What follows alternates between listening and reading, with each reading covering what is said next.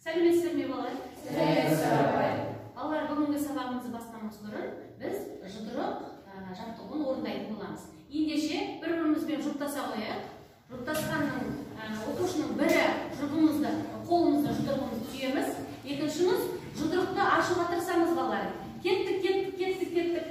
Стоп. Біріміз аштық, біріміз аша алмадық, біріміз қиындықпен аштық, солай емес па? Балалар, бұны жай ғана мейіріммен, жай жылы сөзбен жұдырығымызды ашыңызшы десек, ашылатын, тез-ақ ашылатын еді. Ендеше балалар, бәріміз бір-бірімізге әрқашан жылулық сыйлап жүрейік. Ендеше сабағымызды бастаймыз. Отыра қойыңдар балалар. Бірінші тапсырмамыз жүректен жүрекке деп аталады. Көріп тұрмыз ба жүректі? Ендеше осы жүректің ішінен сендерге тосын сыйларды айтып қойдым. Тосын сый аласыңдар және сол тосын сый сұрақтарына жауап бересіңдер. Келістік пе балалар? Дайынсыз ба? Балалар, біз өткен тақырып бойынша бірінші топтан бастайық. Кімге берейін? Ақын өлеңдерінің басты тақырыбы қандай? Жақып Дулатұлының өлеңдері мен кітаптарының басты тақырыбы қазақтарды оятуға және де әділетсіздікпен күресуге арналған. Дұрыс па балалар? Келесі сіздерге берейін. Жақсы. Жақып Дулатұлы қашан қай жерде дүниеге келді? Жақып Дулатұлы 1885 жылы 25 қарашада Торғай облысы Жангелдин ауданында Қызбет жерінде дүниеге келген. Яғни Торғай облысында 1885 жылы дүниеге келген екен. Дұрыс па балалар? Жақсы, ұлдарға берейін. Ол қай жерде және қай жылы ауыр науқастан көз жұмды? Міржақып Дулатұлы 1935 жылы Сосноқ станциясында жазалау лагерінде науқастан көз жұмды. Яғни жазалау лагерінде науқастан көз жұмған екен, иә балалар? Жақсы, ұлдарға келесі. Еркебұлан кетшілері қарай. Ал, сұрағын болды ғой? Міржақып Дулатұлының алғашқы романы қашан жарық көрді және қай болады? Міржақып Дулатұлының алғашқы романы Оян қазақ және ол 1913 жылы жарық көрді. Дұрыс па балалар? Әлде балқияма, отыра қой. Оян қазақ. Кімге берейін? Томирис ретінде. Кел Томирис, отырайыншы. Келе қой. Сезетеміз балалар? Алғашқы кітабы қандай атпен жарық көрді? Міржақып Дулатұлының алғашқы кітабы Оян қазақ атпен жарық көрді. Жарайсың, алғашқы. Келесі, кім сөйлемеді?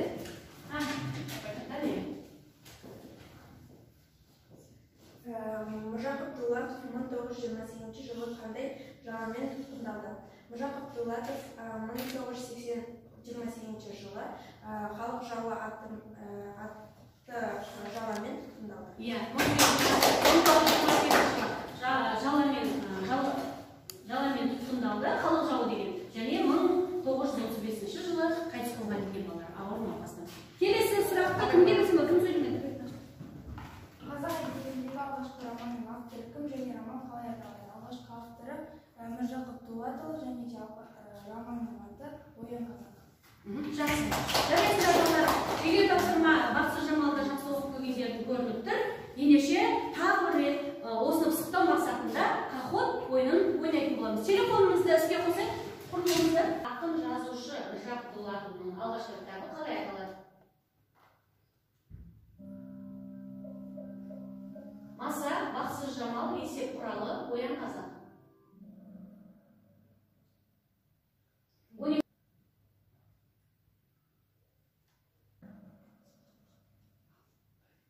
Жарайды балалар, мен көріп отырғанымдай, барлықтарың сабаққа дайындалып келіпсіңдер.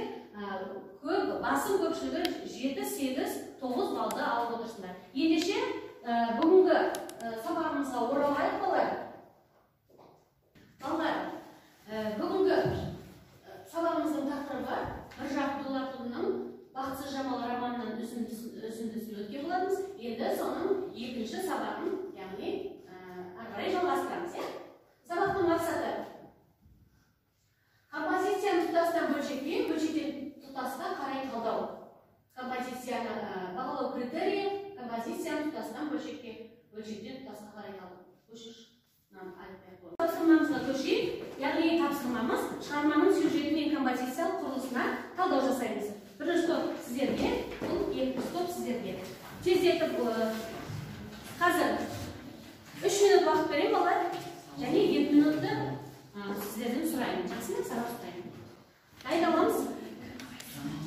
Tezetemiz, toppen жұмыс бұл балалар.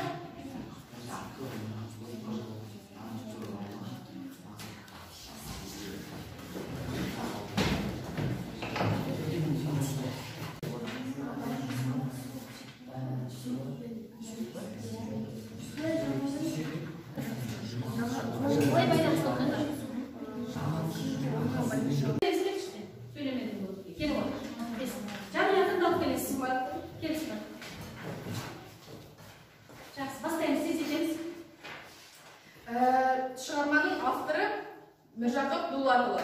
Шығарманың прозалық жанр түрі роман. Шығарманың тақырыбы Жамалдың қиын өмірі жайында. Шығарманың идеясы әйел теңсіздігі жайында. Оқиғаның басталуы Жамалдың модадан сабақ алуы. Оқиғаның дамуы Жамалға құда түсіп Ғалиді алып келуі. Кешірім сұраймын, Жұманды.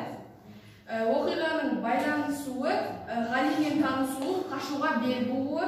Оқиғаның шиеленісуі оның үйленіп, бірақ та өзінің ол үйден қысын көруі және де қашқысы келетіндігін білуі жайлы, қашқысы келетіні жайлы. Және де Ғалидің аурудан қайтыс болып, Жамалдың жұмаға қайта атастыруы. Оқиғаның шарықтау шегі. Оқиғаның шарықтау шегі бізде Жамалдың қашып кетуі және де Жамалдың өмірден, яғни суықтан қайтыс болуы. Оқиғаның шешімі біз әйел теңсіздігіне толықтай қарсымыз. Жақсы, тамаша, отыра қойыңдар. Келесі екінші топтар кім шығады? Келесі ашық кел. Дауыс естімедім. Келе. Тездетеміз. Оқиғаның басталуынан бастайық, балалар.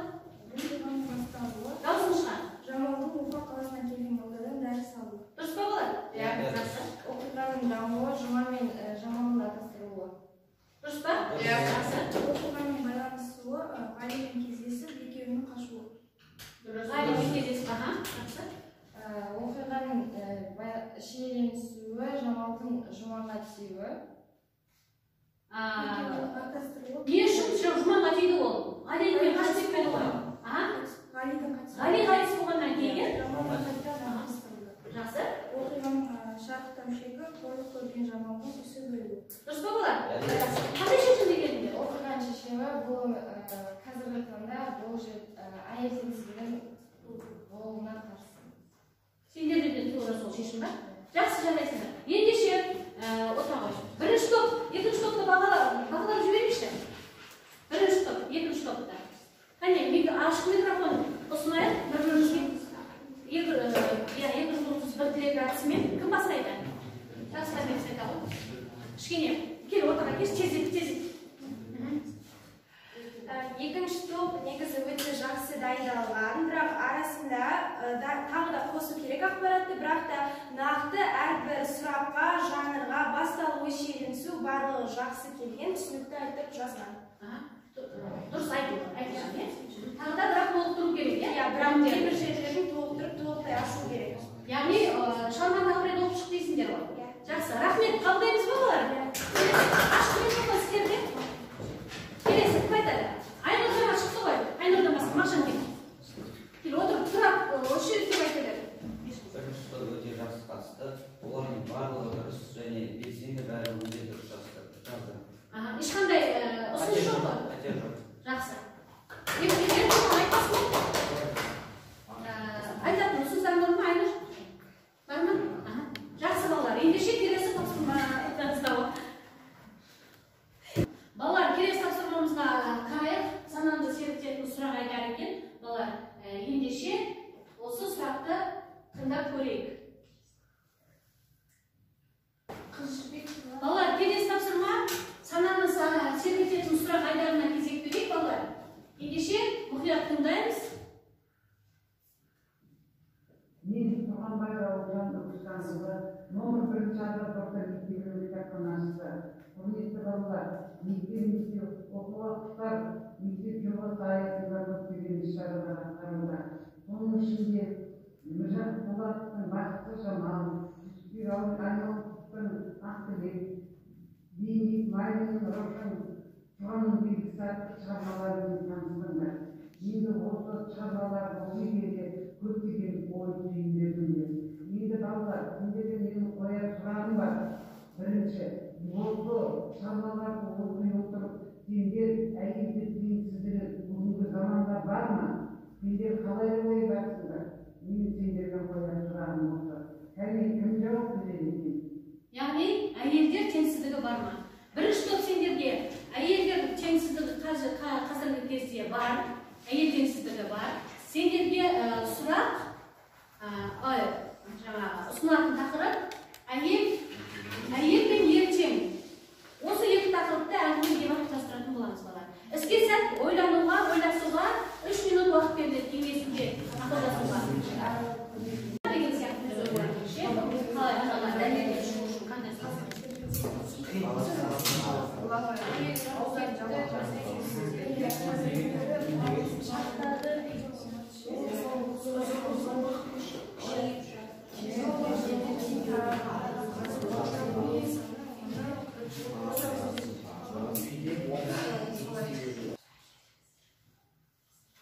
Қазіргі заманда әйел теңсіздігі бар, және де ол көп біздің ойымызша, біздің топтың ойынша әлі де жалғасын тауып жатыр.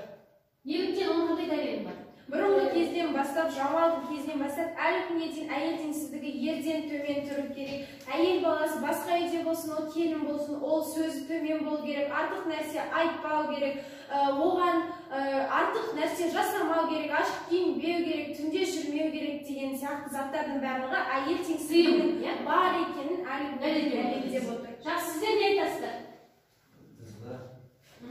Әйел теңсіздігі, ер мен әйел тең деп отырсыңдар ғой? Ер мен әйел тең.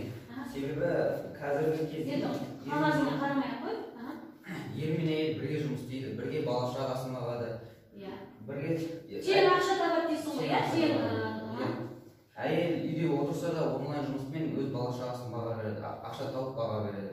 Бірақ бұл жерде де кейбір ер азаматтар әйелдерді үйде қалдырып, сен бала қара, мен өзім жұмыс жасаймын, мен дамимын, ал сен тек қана үйде отырасың деген сияқты заттармен әйел баласын үйде отырғызады. Жақсы, жарайды, келесі не айтасыңдар? Айнұр. Бірақ та қазіргі кезде замандама, сондықтан әйелдерде әйел үйде отырып бала шағасына қарап та онлайн жұмыс істеуге болады. Әйелдің өзінің ұстанымына байланысты дейсің ғой, егер ол үйде отырам, жарайды, күйеуінің айтқанынан шықпай берсе отыра береді деп ойлап отырсың ғой, иә? Жақсы, сендер бұл қандай не айта аласыңдар, тағы да не айтамыз, әйел? Тағы қарсы факт себебі қазіргі заманда әйел теңсіздігі әлі күнге дейін бар. Оған себеп салт дәстүрлер де бар. Алып қашу деген. Қыздың өзінің келісімінсіз бір ұл келеді, ол қыз алып қашып кете салады. Және де ол қыз сол үйде өмір бақи өзінің келісімінсіз қалады. Ал енді сендер не айтасыңдар, қыз алып қашу бойынша? Жоқ. Қыз алып қашу дұрыс емес ол. Жоқ. Енді қыз алып қашу дұрыс емес қой, оны бәріміз де дұрыс емес деп айтамыз. Бірақ қыз ұзату деген бар емес пе, иә? Қазір сол туралы не айтасыңдар? Қыз ұзату ол деген оған Ұзату емес, алып қашу. Қыз ұзату, жарайды, сен алып қашуды айтыңдар, бұл жақ айтып жатыр, бізде де сондай не бар дейді, сендерге қарсы пікір. Қызды ұзатып та алып жатыр ғой, келісіммен деп жатқан. Қыз ұзатып та алып жатыр, себебі ол екеуі шын сүйіп бір-біріне шын сүйіп қосылып жатыр. Алып қашса да? Алып қашса да бәрі қосылып жатыр екеуі. Иә, екеуінің несімен? Келісіммен, екеуінің келісіммен алып қашып жатыр дейді. Ал, бірақ ол қабелес басқа, қуаныш не айтасың? Ол бірақ не қыздың мысалы алып қашқан жігітті жақсы көрмеуі және де ол жамал сияқты тағдыры ұқсап кетуі мүмкін. Сол үшін алып қашпаңдар дейсің ғой, иә? Сен өзің болып баста. Ұзатып алайын деп отырсың ғой, иә? Жақсы. Ал сендер не дейсіңдер? Алып қашып, келісіп алып қашасыңдар ма, жоқ ұзатып аласыңдар ма? Рақтап не дейсің? Қорытынды айтып-айтпай не керек дегендей, жаңағы әрқашан алып қашса да, жаңағы егер өз несімен баратын болса, келісіммен, онда ер мен әйел теңдігі болады. Әрқашан әр семьяда ер мен әйел теңдігін сақтаған дұрыс деп ойлаймын. Келісеміз бе? Жақсы. Ал жақсы, енді бір-бірімізге қандай ой айтар едіңдер? Не айтар едің? Сымбат, қарсы тобыңа қандай пікір білдіресің? Қарсы тобыма олардың ойлары ашық болды, және де олар көптеген материалдық жағдайда да, әлеуметтік жағдайда да өз ойларын айтты, қосып дәлелдері де болды. Бірақ та оларға шешендік жетіспейді деп ойлаймын. Бізде қарама-қарсы сөздері аз болды. Баяу бәсеке болды. Бар, бірақ бәсеке болды. Жақсы, сендер не айтасыңдар? Ыңғар.